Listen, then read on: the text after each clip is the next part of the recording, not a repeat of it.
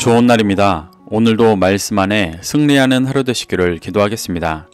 오늘 생명의 산 본문은 데살로니가 전서 2장 1절부터 12절입니다. 오늘 본문에서는 사도 바울이 데살로니가에서 어떠한 태도와 마음으로 사역했었는지를 회고하며 도전하고 있습니다. 이 구절들을 통해 하나님께서 무엇을 말씀하시는지 살펴보도록 하겠습니다. 1절부터 2절입니다. 형제들아, 우리가 너희 가운데 들어간 것이 헛되지 않은 줄을 너희가 친히 아나니, 너희가 아는 바와 같이 우리가 먼저 빌립보에서 고난과 능욕을 당하였으나 우리 하나님을 힘입어 많은 싸움 중에 하나님의 복음을 너희에게 전하였노라. 바울 일행이 너희 가운데 들어갔다는 것은 복음을 전하고 교회를 세운 것을 말하는 것입니다. 바울은 이것이 헛된 것이 아니라고 말합니다. 여기서 헛되다의 원어 케노스는 텅 비다, 허무다 라는 뜻으로 주로 비진리와 우상숭배를 말하는 것입니다. 바울은 자신들이 데살로니가에 복음을 전하고 교회를 세운 것이 세상의 비진리와 우상숭배와 다르다고 말하는 것입니다. 그 이유는 바울 일행이 마케도냐로 오기까지 철저한 성령님의 인도하심이 있었기 때문입니다. 바울 일행은 원래 아시아로 가려 했었지만 성령님께서 마케도냐 환상으로 강권하셔서 마케도냐로 왔고 빌립보를 거쳐 데살로니가까지 오게 되었었습니다. 이러한 모든 과정이 철저히 성령님의 인도하심이었기 때문에 데살로니가 성도들도 알고 인정할 정도로 헛되지 않은 것이라고 말하고 있는 것입니다. 바울 일행은 성령님의 인도하심으로 아시아가 아닌 마케도냐까지 갔을 때 처음 간 도시가 빌립보였고 그곳에서 고난과 능욕을 당했었습니다. 이 고난과 능욕은 하나님께서 자신의 뜻과 다르게 성령님을 따라온 바울 일행들의 육신의 생각과 기준을 깨트리는 연단의 시간이었습니다. 이 시간이 있어야 육신으로 행하지 않고 하나님을 힘입어 싸우게 되는 것입니다. 여기서 하나님을 힘입어의 원어 팔레시아 조마이는 하나님 안에 담대히 말하다라는 뜻입니다. 이는 고난과 능욕 속에서 연단받아 순전한 하나님의 말씀만을 온전히 전했다는 의미입니다. 바울 일행은 이 시간을 지났기 때문에 많은 싸움 중에 하나님의 복음을 데살로니가에 온전히 전할 수가 있었던 것입니다. 이 과정을 통해서 맺은 열매가 데살로니가 교회라고 말하며 그들을 위로하고 격려하는 것이기도 했습니다. 3절부터 4절입니다. 우리의 권면은 간사함이나 부정에서 난 것이 아니요 속임수로 하는 것도 아니라 오직 하나님께 옳게 여기심을 입어 복음을 위탁받았으니 우리가 이와 같이 말함은 사람을 기쁘게 하려 함이 아니요 오직 우리 마음을 감찰하시는 하나님을 기쁘시게 하려 함이라. 3절에서 말하는 권면은 예수님을 믿고 다시 오실 예수님을 기다리고 준비해야 한다는 복음을 전한 것입니다. 바울은 자신들의 이 권면은 간사함, 부정, 속임수가 아니라고 말합니다. 여기서 간사함과 부정과 속임수는 모두 육신의 소욕을 위해 행하는 불법들을 말합니다. 당시 많은 철학자들이 육신의 소욕을 위해 불법을 가르쳤었고 이스라엘의 역사 속에서도 많은 거짓 선지자들이 육신의 소욕을 위해 불법을 행했었습니다. 하지만 바울 일행은 성령님의 인도하심 아래 연단받아 순전한 것을 전한 것입니다. 그래서 4절에서 하나님께 옳게 여기심을 입어 복음을 위탁받았다고 말하고 있습니다. 여기서 옳게 여기심의 원어 도키마조는 시험받다, 입증받다 라는 뜻입니다. 이는 바울 일행이 고난과 능욕을 지나며 성령님께 순전한 복음을 전하는 자로 검증받았다라는 것을 말하는 것입니다. 그래서 복음을 위탁받아 사람을 기쁘게 하는 것이 아니라 마음을 감찰하시는 하나님을 기쁘시게 하는 진짜 복음을 전했다고 말하는 것입니다. 사람을 기쁘게 한다는 것은 그들 안에 있는 육신의 소욕을 기쁘게 하는 것을 말합니다. 앞서 말했던 간사함과 부정과 속임수가 사람을 기쁘게 하는 거짓된 복음들입니다. 바울 일행은 이와 반대로 고난과 능욕을 지나 연단되어 오직 하나님만을 기쁘시게 하는 진짜 복음을 전했다고 말하고 있습니다. 5절부터 6절입니다.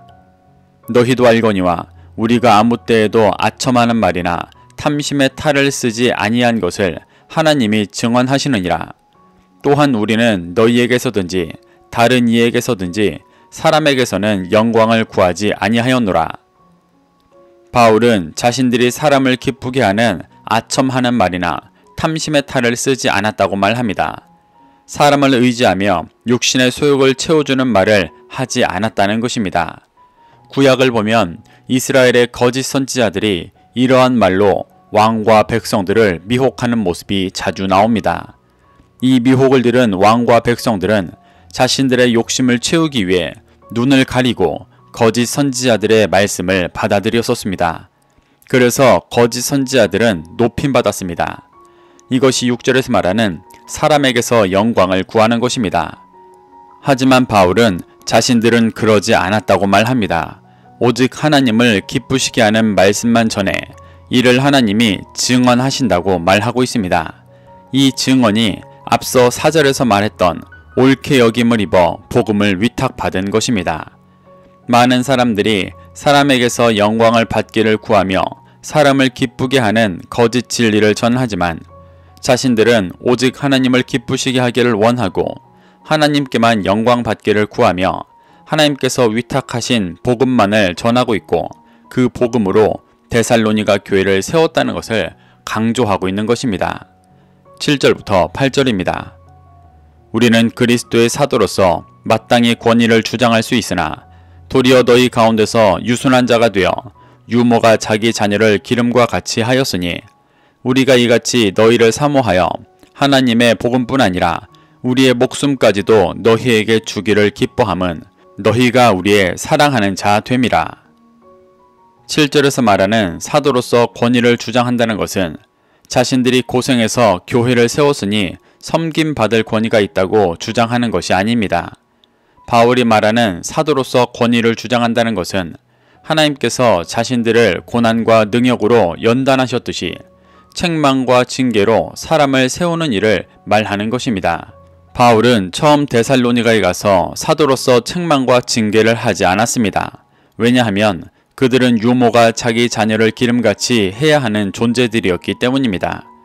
여기서 자녀의 원어는 테크논으로 아이 혹은 아직 태어나지도 않은 아이를 의미합니다.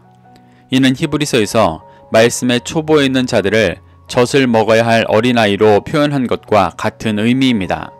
데살로니가 성도들은 복음에 대해 백지 상태였던 이방인이었기 때문에 처음에는 유모가 젖을 먹여 키우듯이 돌봤다고 말하는 것입니다.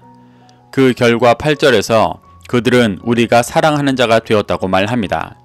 우리가 사랑하는 자가 되었다는 것은 그리스도 안에 한 형제가 된 것을 말합니다. 그들이 어린아이였지만 바울 일행이 유모처럼 사랑으로 먹여준 진리를 먹고 그리스도인이 된 것입니다. 그래서 바울은 복음뿐 아니라 목숨을 주는 것까지 기뻐하고 있다고 말하고 있습니다. 9절부터 10절입니다. 형제들아, 우리의 수고와 애쓴 것을 너희가 기억하리니 너희 아무에게도 폐를 끼치지 아니하려고 밤낮으로 일하면서 너희에게 하나님의 복음을 전하였노라. 우리가 너희 믿는 자들을 향하여 어떻게 거룩하고 옳고 흠이 없이 행하였는지에 대하여 너희가 증인이요 하나님도 그러하시도다. 바울은 데살로니가 성도들이 그리스도인이 되기까지 자신들이 어떤 수고를 했는지 설명합니다. 9절에서 말하는 수고와 애쓴 것은 8절에서 말했던 목숨까지 주며 사랑한 것입니다. 그것을 구체적으로 너희에게 폐를 끼치지 아니하려고 밤낮으로 일하며 복음을 전한 것이라고 말하고 있습니다. 이 부분을 표면적으로 보면 상대방에게 재정적인 부담을 주지 않으려고 자비량으로 돈을 벌면서 복음을 전했다고 받아들일 수 있습니다. 하지만 바울이 여기서 말하는 것은 다른 의미입니다. 여기서 폐를 끼치다의 원어는 에피바레오로 짐을 지우다 라는 뜻입니다. 예수님은 마태복음 11장 28절에서 수고하고 무거운 짐진 자들아 다 내게로 오라고 말씀하셨었습니다. 예수님께서 말씀하시는 무거운 짐진 것은 율법과 비진리로 속박당해 고통받고 있는 상태였습니다. 예수님은 인류를 그 상태에서 건지시고 자유케 하시려 하셨습니다. 바울이 말하는 폐를 끼치지 않는다는 것 또한 이러한 의미입니다. 거짓 메시지로 그들을 속박하려 하지 않았다는 것입니다. 또 밤낮으로 일했다는 것은 땀 흘려 돈 번 것이 아니라 사도들이 쉴 새 없이 복음을 전한 것을 의미합니다. 바울이 약 3주간 데살로니가에 머물며 유대인들의 환란을 피해 바쁘게 복음을 전했었는데 낮에 일을 하고 밤에 복음을 전하는 일은 힘들었을 것입니다. 이는 바울 일행들이 밤낮 없이 말씀을 가르쳤다는 것을 말하는 것입니다. 그래서 데살로니가 성도들과 하나님께서 바울 일행이 어떻게 거룩하고 옳고 흠없이 행하였는지에 증인이 된다고 말하고 있습니다. 이는 순전한 복음의 열매가 데살로니가 성도들이라고 위로하는 것이기도 했습니다. 11절부터 12절입니다. 너희도 아는 바와 같이 우리가 너희 각 사람에게 아버지가 자기 자녀에게 하듯 권면하고 위로하고 경계하노니 이는 너희를 부르사 자기 나라와 영광에 이르게 하시는 하나님께 합당히 행하게 하려 함이라.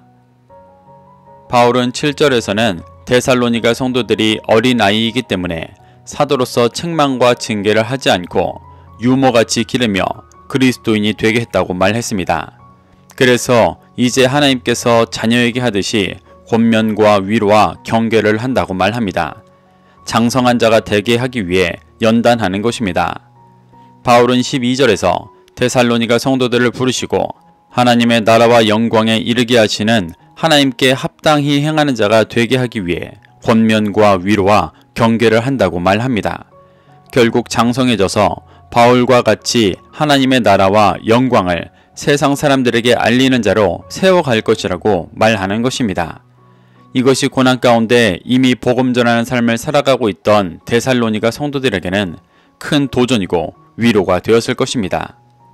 이렇게 바울은 자신들이 성령님의 인도하심을 따라 연단받으며 철저히 하나님께서 기뻐하시는 순전한 복음으로만 데살로니가 성도들을 세웠고 그들 또한 자신들과 같이 복음 전하는 자로 세우고 있음을 말하며 도전하고 격려하고 있습니다. 우리는 이러한 바울의 모습에서 도전받아 우리를 인도하시고 연단하시는 하나님의 은혜에 믿음으로 반응하게 되시기를 소망합니다. 하나님은 영적으로 어두운 이때 열방의 진리의 빛을 비추시기 위해 바울과 같은 자들을 부르고 계십니다. 그래서 우리를 육신의 소욕에 따라 신앙생활하게 두지 않으시고 고난과 환난으로 연단하시며 순전한 복음을 전하는 자로 세워가고 계십니다.